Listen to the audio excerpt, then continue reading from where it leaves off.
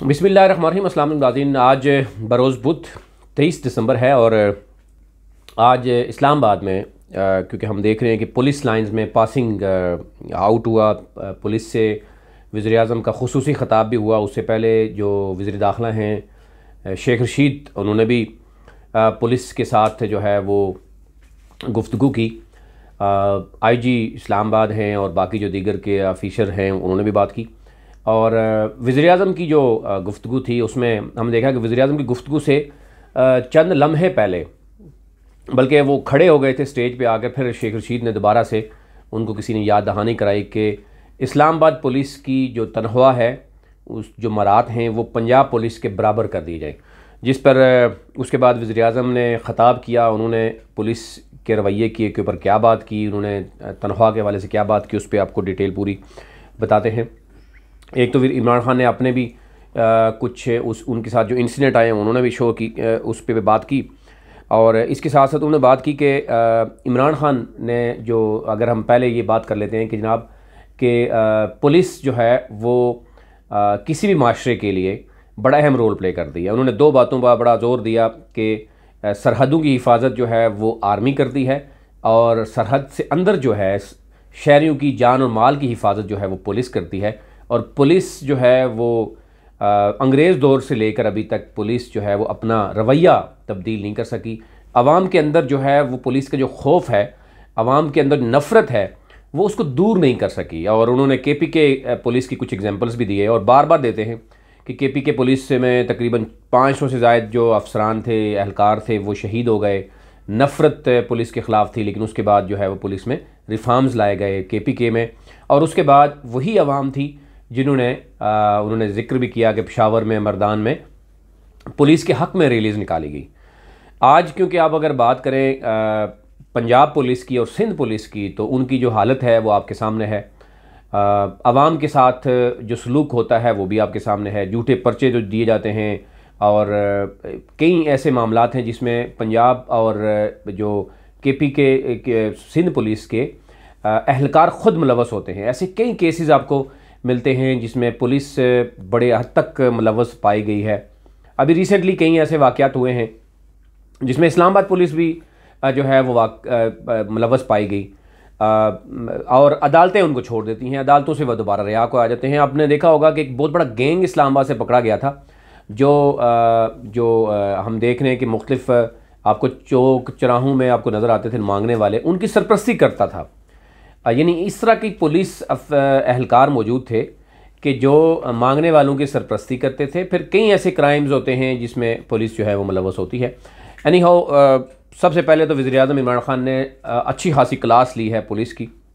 उन्होंने कहा जी पुलिस को अपना मयार, अपना रवैया और आवाम के साथ जो सलूक है उसको बेहतर करना होगा। और दो रास्ते होते हैं हमेशा किसी भी शख्स के लिए, एक अच्छा रास्ता होता है, एक बुरा रास्ता होता है। उन्होंने अपनी एग्जाम्पल दी कि जब मैं साउथ अफ्रीका के लिए मुझे खेलने की ऑफ़र होती थी, पैसे भी ऑफ़र होते थे, लेकिन मैं जाने के लिए तैयार नहीं था। फिर उन्होंने कहा जी कि मैं जब कैप्टन बना और मुझे टास्क के ऊपर जो है वो कहा गया कि आप सिर्फ ये बता देंगे आपने बैटिंग पहले करनी है, बॉलिंग करनी है, अगर आप टास्क जीतते हैं तो उसमें आपको एक हैवी अमाउंट दिया जाएगा। और बुकीज़ जो है वो भारत की तरफ से उनको ये कॉल्स आती थी। ये नहीं बताया कॉल कहाँ पर आई थी, क्योंकि उस वक्त फ़ौरन किसी ने कहा कि सर उस वक्त तो मोबाइल का दौर नहीं था और आप ग्राउंड में खड़े थे, तो आपको किसने कह दिया। एनी हाउ, ये चीज़ें थी कि उन्होंने कहा कि मुझे भी बड़ी ऑफ़र्स थी। और इसी तरह पुलिस जब आवाम के साथ, ज़ाहिर है पुलिस के पास आवाम की माल और जान की हिफाजत करना है, इस तरह के केसेस आते हैं, करोड़ों अरबों रुपए के केसेस भी होते हैं, जायदाद के केसेस भी होते हैं। तो उसमें पुलिस अगर इंसाफ का जो है वो पैमाना सामने रखे और फिर उसके बाद सबसे अहम इस वक्त जो सूरत होती है पुलिस की, वो अदालतों में जितने भी केसेस मौजूद होते हैं वहाँ पर जो तफ्तीशी निज़ाम है वो पुलिस का ही वहाँ पे सामने आता है। उसी तफ्तीश पर जज जो है वो एक को बरी कर देता है, उसी पे उसको सज़ा दे देता है। ये एक बहुत अहम नुमायाँ है। और उस तफ्तीशी का क्या क्राइटेरिया होता है, उसको सैलरी कितनी मिलती है, उसका लिविंग स्टाइल कितना होता है, उसकी एजुकेशन कितनी होती है, ये एक पैमाना जो है वो अलग से होना चाहिए। पूरे मुल्क में पुलिस का जो तफ्तीश का निज़ाम है वो एब्सोल्युटली जो है वो रबिश हो चुका है।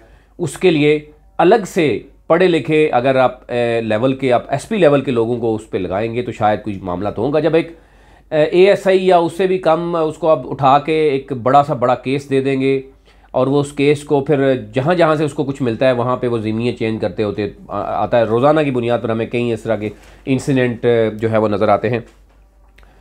एनी हो, इस्लामाबाद पुलिस का एक बहुत बड़ा जो मसला था, यानी जो शेख रशीद ने उनकी सिफारिश भी की कि इस्लामाबाद पुलिस की तनख्वाह पंजाब पुलिस के बराबर कर दी जाए, उसमें इमरान खान का कहना था कि इंशाल्लाह इस्लामाबाद पुलिस की तनख्वाह पंजाब के बराबर करने के लिए हफीज़ शेख से बात करूँगा, क्योंकि मैं बादशाह नहीं हूँ कि मैं यहाँ खड़े खड़े ऐलान कर दूँ। जिससे इससे पहले उन्होंने एग्जाम्पल देने शुरू कर दी नवाज शरीफ के बारे में और बाकी लोगों के, कि वो बादशाह थे। अब वो कहते थे बस ये हो गया, मैंने ऐलान कर दिया था। पीछे इसहाक डार साहब जो है ना, वो उसको कैसे जिस तरीके से करते थे, लेकिन ऐलान हो जाता था, उसके बाद उसको ऐलान को जो है वो रद्द हो करते थे या जो भी करते थे, लेकिन ऐलान हो जाता था, अवाम को खुश कर देते थे, लेकिन उसके बाद नहीं होता था। लेकिन ये एक बड़ी हिकमत अमली इमरान खान ने रखी है और उन्होंने कहा कि हफीज़ शेख से बात करूँगा, वो वज़ीर ख़जाना है, वज़ीर ख़जाना से पूछना ज़रूरी है, मुल्क माशी मुश्किलात का शिकार है। उन्होंने कहा जी वज़ीर आज़म ऑफिस के 60 से 70% खर्चे कम किए हैं, ये डाटा तो अवेलेबल है, किए हैं या नहीं किए हैं ये अलग बात है। वफाकी हुकूमत ने 40 अरब के अखराजात को कम किया है, लेकिन कई अखराजात ऐसे हैं जो वज़ीर आज़म को भी नहीं पता कि वो क्या कुछ हो रहे हैं और रेट्स कई जगह पर बढ़ गए हैं जो पहले शायद कम थे। मज़ीद उन्होंने कहा कि हुकूमती इक़दामात से करंट अकाउंट सरप्लस हो गया। उन्होंने बार बार ये बात की और आजकल वो ट्वीट भी करते हैं, मुल्क में सब कुछ है, सिर्फ गवर्नेंस को ठीक करने की ज़रूरत है। और गवर्नेंस किसने करने हैं? ब्यूरोक्रेसी इस वक्त हुकूमत के साथ खड़ी नहीं है। ब्यूरोक्रेसी जो है उसको भी मुख्तलिफ़ तरह के तहफ़्फ़ुज़ात हैं, ख़दशात हैं, कोई काम जो है वो सही तरीके से नहीं हो पा रहा। और फिर उन्होंने कहा जी हमारी जब तक हमारी आमदनी नहीं बढ़ती, सारी कौम को सब्र करना पड़ेगा, और जब आमदनी बढ़ेगी तो सरकारी मुलाजमीन की तनख्वाहें भी बढ़ा देंगे। लेकिन इस्लामाबाद पुलिस की अगर हम बात करें तनख्वाह की, तो उन्होंने कहा जी हफीज़ शेख से बात होगी, और अगर वो समझते हैं तो फिर उसके बाद अब हफीज़ शेख ज़रा वो बताएंगे तो फिर उसके बाद होगा। फिर वज़ीर आज़म ने बाकी जो मामलात हैं उन पर भी बात की, लेकिन एक बात उन्होंने की कि जिसकी माल और जान की हिफाजत नहीं होती वो कौम कभी तरक्की नहीं कर सकती। और पाकिस्तान में इस वक्त क्या सूरत हाल है, पुलिस का रवैया क्या है, पुलिस के साथ क्या सलूक है, वो आप जानते हैं। उन्होंने कहा फ़ौज सरहदों पर पुलिस जान और माल की हिफाजत करती है, लेकिन पुलिस में आवाम में अभी तक अदम तहफ़्फ़ुज़ है। पुलिस मुल्क में तहफ़्फ़ुज़ नहीं दे पा रही है जो भी है, लेकिन उन्होंने कहा पुलिस का आज तक वो मुकाम नहीं बना जिसकी वो मुस्तहिक है। तो उन्होंने ठीक अच्छी तरीके से क्लास लिया पुलिस की और मैसेज भी दिया। और उन्होंने कहा जी मेरा आने का मकसद ये था कि जिस मुल्क की पुलिस ठीक नहीं होगी, जान और माल की आवाम की हिफाजत नहीं होगी, वो मुल्क तरक्की नहीं कर सकता। और सैलरी बढ़ाने की बात की, उन्होंने बड़े तरीके से वहाँ से वो उन्होंने अपने आप को सेव किया। और उन्होंने कहा जी मैं बादशाह नहीं हूँ, मैं हफीज़ शेख से पूछूंगा। और अब हफीज़ शेख क्या कहते हैं ये कुछ भी कहना कबल वक्त होगा। अभी तक लिए इतना ही। आप चैनल को सब्सक्राइब करें ताकि नई आने वाली वीडियो आप तक पहुँच सके। मौलाना फजल रहमान के दाएँ बाएँ जो खड़े होने वाले लोग थे वो उनको छोड़ के जा चुके हैं। इस पर मैं अगली वीडियो हमारी जो तहकीकी की टीम है वो इस पर काम कर रही है, वो आपसे सामने रखेंगे। मौलाना साहब इस वक्त बहुत बड़े ख़तरे से दो चार हैं। एक तरफ नैब ने पंजा गाड़ लिया है, नैब की जो तलवार है वो उनके ऊपर सर पर लटक रही है। दूसरी तरफ उनके दाएं बाएं जो खड़े होने वाले लोग थे उन्होंने भी सवाल उठा दिया कि मौलाना फजल रहमान साहब ने अपनी जो जमीयत उलमा इस्लाम थी उसको फ़े पे क्यों रखा गया। अब उन्होंने एक आप समझेंगे एक तूफ़ान बर्पा कर दिया है और बगावत हो चुकी है मौलाना फजल रहमान के ख़िलाफ़। और अब JUIF के लोग ही खुद कहते हैं कि F क्यों है, फजल रहमान क्यों है। फजल रहमान के बारे में उन्होंने कहा कि हम और भी बताएंगे कि वो करते क्या रहे हैं। उन्होंने इस्लाम के नाम पर, और ख़ुद वो सिलेक्टेड हैं, वो क्या कुछ करते रहे हैं, हर एक हुकूमत का हिस्सा बनते रहे हैं, अपने नाम पे पैसा बनाते रहे, अपने फ्रंट्समैन को के पैसे बनाते रहे, और नाम जो था वो जमीयत उलमा इस्लाम का था। इस पर हम अगली बात करेंगे। अभी तक इतना ही।